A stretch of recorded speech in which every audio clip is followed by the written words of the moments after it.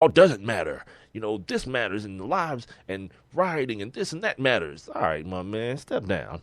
You know what I mean? The soapbox is high enough. Step down. You ain't saying nothing that rational people don't know. But when you illuminate Mm-hmm. the irrational, you fall into their hands. It's the same argument I have Yep. about ESPN. Like when you shine the light on things that stupid people do, guess what you just become? Stupid as well. You know what I Yep. mean? When you And want you to, just promoted they right? stupidness. You want to jump on like, yeah, these guys are idiots, and they probably are. No doubt they are, as a matter of fact, because these dudes are sitting, they got premier seating too. They're sitting right down at, what is that, the first base line? Yeah, they're right there on the action, right above the dugout, my man. So these ain't no these ain't those poor kids that live in those neighborhoods in Baltimore. You feel me? Right. I remember going to Baltimore a couple years ago for my grandma's 80th or 81st or something birthday, and my aunt was driving us. We was going to her house, and she made mention to one of those counties in Baltimore is one of the richest counties in the United States. Right. I don't remember what she said the name of it Prince George. was. Is it Prince George? Prince George's County? It was so long I don't remember, but I remember her saying that. And then, me, after seeing that, hearing that, then seeing The Wire, I was like, wait, what? That don't really make sense to me. Like, these dudes, Yeah. Snoop Well, and them, well, I mean, and Michael and Marlo them, and, Avon I'm just saying, Barksdale. but that's just like how you can show parts of Atlanta Right.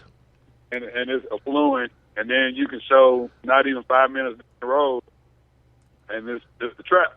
I love telling people that Tiger Woods plays on courses that people were murdered at over there in Techwood. Yep. Like many of people. East Lake. Yeah, East people. Lake, yeah. Many of people were murdered. Like the police wouldn't Yeah. even go over there. It was so bad. And meanwhile, Tiger Woods is like teeing off at that joint now. Yep. Man. Oh, the way the world changes, man. What can you do? What you gonna do, man? It happens. Getting back to the world of bat, I just wanted to get that. Oh, no. Before I move on, in line with that, the other thing that happened this weekend, 2 police officers were shot in Hattiesburg, Mississippi. It was Hattiesburg, right? Yeah, I saw that. And Yeah, Hattiesburg. Yeah. it's one of those things that it's like that can't be the thing, and the people who want to celebrate that, shame on you. Shame on you, man. That's not the road that anybody wants to travel. Because one, if you want to put gun for gun, they got more. They got plenty more body armor. Oh, they got. Oh, yeah. Yeah, they got more soldiers than you got. So if that's the game you want to play, yeah, it's a losing proposition first and foremost. Second of all, this is not even a game that's being played. Like these ain't like I don't know what those guys' history are as far as them being law enforcement officers, but I know those ain't the dudes I saw on TV choking nobody out. That's not the dude. They not the dude I saw shooting the man that was running away from him. They not one of those 6 people up in Baltimore right now that's out on bail for a dude dying from a severed spine. They just dudes trying to make their living and go home. Yet this happened. Some idiot chick got fired from her job at Subway because she got on social media. When are we gonna learn? Congratulating and celebrating. Did those dudes die, Rob? I'm not sure. Did they die, or did they just get shot? Because this is one Yeah, I of those think they things. just got shot. Yeah, ladies and I gentlemen, don't think they got killed. you got to excuse me for not like delving all the way into this kind of stuff. Like that's as much as I need to hear. You know what I mean? Really, that's as much as I need to hear. That you feel like because it happened in where it happened in Ferguson as well. Dudes across. Oh, the no, street. they both died. Yeah, they died, right? Yeah. See, Yeah. it happened to Ferguson. These dudes across the street from a protest shooting at the police. Then they were so smart as to say when they got caught, when they found out who was doing it, yeah, I wasn't even trying to shoot the police. Idiots. You deserve to go to jail. Yeah. The Booty Warrior deserves to get to know you very, very intimately. Idiots. That's it. I mean, that's it about that. That happened this weekend, and I didn't because of the situation with the Patriots and all that. I was talking to Steve early in the first hour and told him that how they just knocked everything off the front page, like nothing else. ISIS, what's ISIS? No one knows what that is anymore. Hell, the Patriots are deflating football. No one cares about terrorism. That's stupid. What, black kids are getting killed by police? So what? Tom Brady used a football that was under 12 pounds. We've got to stop the madness immediately. Before we move on to anything else, let's get this Deflategate situation under control immediately. Yeah. As my tongue is firmly pressed into my cheek. Yeah, that's crazy, man. That whole police thing is stupid, dog. Yeah, man. You can't win that fight. Yeah. But I don't know how I didn't even, me and you didn't even talk about this just in our regular conversation. But last week, this chick here in Atlanta got arrested because she went on Facebook and said threats about the police. Yeah, something about she wanted to kill all the police or something like that, or she was going to kill all the police. I mean, it was just one chick. Yeah, and they came and locked her butt up. Yeah, that's different, though. That's crazy that you get locked up for that. I wouldn't, I don't know. Look. I mean, with the temperament of the world right now about police and all of that, man, they're not playing right now. Yeah. The Atlanta Hawks last night, as we move on here on the Sports Kings podcast with Big Mike and Rob Calloway, heard via Spreaker.com, Twitter, Instagram, and Facebook. Make sure you guys follow us and like us at Sports Kings Live, and email the show, sportskingslive@gmail.com. Yeah, the Hawks got back into the series last night. And hello, Jeff T. Yeah, it was God. I actually had that written on my, I swear to God, this is written on my notes that way. Yes. I swear that's the case. My God. Because yesterday, I was telling the people yesterday, like, we don't even understand. Jeff Teague has faced 3 straight backup point guards in Darren Williams, who, yes, I'm considering him someone's backup. He just happens to start for a bum-ass team. Jared Jack and Ramon Sessions. And meanwhile, his belly is empty. He ain't eat till last night. And what happened? For the first time the whole playoffs. John Wall sitting over there with a lapel-less jacket, which I was like, yeah, he kind of killing it. I'm not even going to front. Like, that jacket. You like that with the red pants? You like that? Not even the jacket, the pants, just the jacket itself without the lapel on it. It was just like a straight, like, flat look. I was like, all right. It wasn't really because the thing was plaid, but, like, I'm picturing it like in just a straight black. If it's like straight black and cut that way, that's a cold little cut he had on the jacket. So I'm not, I can't front on John. Until I realized he had them red pants on because the front had red stripes going through the plaid. I already know. You know that because he had the Louis belt on too. So it probably with the pants was probably from Louis too. You know how these cats do, these NBA cats do, man. They be trying to switch up the game and give you that. It's like Eastern European fashion whole thing going on. You know, but they young and skinny. You know, they can pull stuff off. I'm not. I'm old and fat. But, you know, I salute my man. You know what I mean? I salute my man with the jacket because I think that cut was hot. The way the collar was cut, too. How it's kind of like up a little bit on the collar of the shirt. I'm with it. Yeah, it was nice. So, yeah, anyway, Rob mentioned it. Jeff Teague. God, where the hell have you been, man? Did you just realize that that's Ramon Sessions and the dude on the bench has a broken hand? 26 points. Yeah, but Ramon still put in work last night, though. I seen him out there. Yeah, that's cool. That's cool. But he got to command. He got to take command of the offense. I compared him yesterday, not to Tony Parker in this offense, but more to Avery Johnson. You know, Avery Johnson wasn't nobody's all-star. Jeff Teague is an all-star.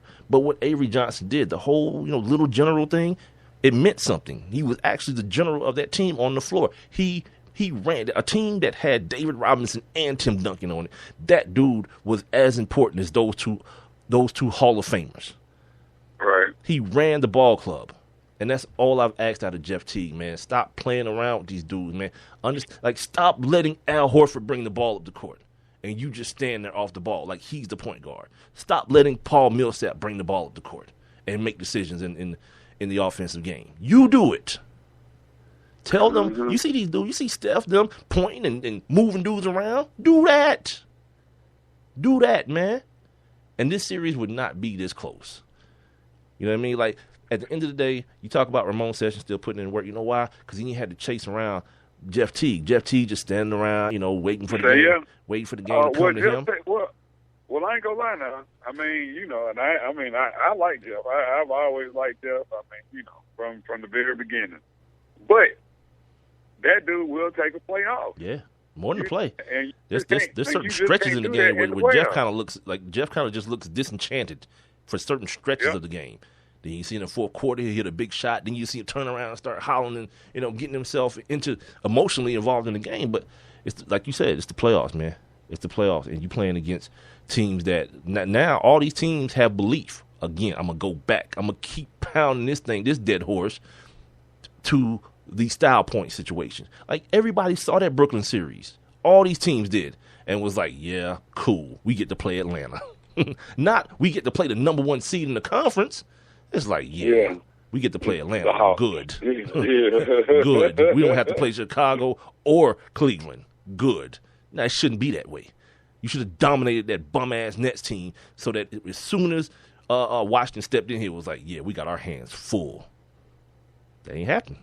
You know what I'm saying? Like, you should have walked into the building like, this ain't Toronto. This ain't that same game.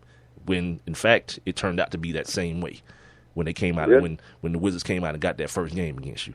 Other thing I noticed last night, you can tell, man, Kyle Korver is getting frustrated for a gamut of reasons. He's being asked to guard Bradley Beal, who is a monster. had his playoff best, career playoff best, 34 points last night. But he's a hard cover, man, and Kyle's doing his best. But the other part of that is, like, there are times where you see Kyle run, because Kyle is one of the probably one of the best in some of the best shape of any player in the NBA. And you ask me how I know this. Look at him play. Watch him sprint. Watch him put his head down and sprint end to end on almost every damn play, because Kyle's trying to find that spot and just be available for the pass, and they're missing it. Like, so many times, like, even when it turns out good, and this is what people miss sometimes, like, even if the play ends up in a positive, like Jeff T drives to the goal, and there are two kick-out options. One kick-out option is Perro and Teach, and the other one is Kyle Korver.